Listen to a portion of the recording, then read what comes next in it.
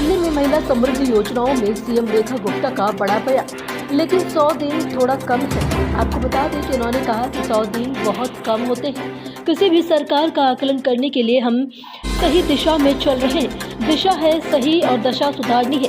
दिल्ली क्या चाहती है, इस दिशा में हम आगे बढ़ रहे हैं। रेखा गुप्ता ने कहा कि जमीन के उन गड्ढों को पहले भरना जरूरी है, उनके बाद किसी इमारत की शुरुआत कर सकते हैं। दिल्ली में पानी सबसे बड़ी जरूरत है। 40% दिल्ली को अब भी नल से जल नहीं मिल पा रहा है। टैंकर से, बोरिंग से पानी पीते हैं। 1700 अधिकृत कॉलोनी बगैर सीवर लाइन के हैं। पाइपलाइन पुराने हो चुके हैं। दिल्ली में 3 करोड़ से ज़्यादा आबादी है। यहाँ डेंसिटी ज़्यादा है, आबादी ज़्यादा है। उनके लिए समाधान निकालना होगा। पहले योजना बनाई गई। आपको बता दें कि यमुना सफाई क्या बोली रेखा गुप्ता। उन्होंने कहा कि सीवर वाटर लाइन की कहाँ आवश्यकता है, उसके लिए काम किया जा रहा है। यमुना की सफाई और टाउन प्लानिंग के साथ जुड़ी है। अगर हम सीवर लाइन को जाने से नहीं रोके तो सफाई नहीं होगी।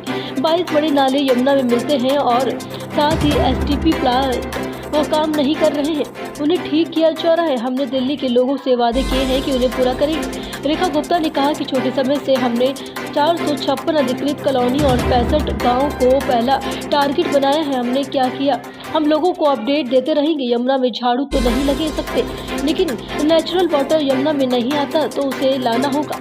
महिला समृद्धि योजना पर क्या बोली रेखा गुप्ता, आइए आपको बताते हैं। महिला समृद्धि योजना में हो रहे देरी पर सवाल पूछे जाने पर रेखा गुप्ता ने कहा कि हमने जो कुछ भी संकल्प पत्र में कहा वह सभी काम कर रहे हैं, वो करेंगे, लेकिन हर चीजों का प्रोविजन होता है। बता दें कि विधानसभा चुनाव के समय बीजेपी ने महिलाओं को 2500 रुपए प्रति माह देने का वादा किया था। उन्होंने आम आदमी पार्टी की पूर्ववर्ती सरकार पर निशाना साधते हुए कहा कि वह सरकार नहीं है जो लोकसभा चुनाव के समय कहा कि हम देंगे, लेकिन जाते जाते भी नहीं दिए।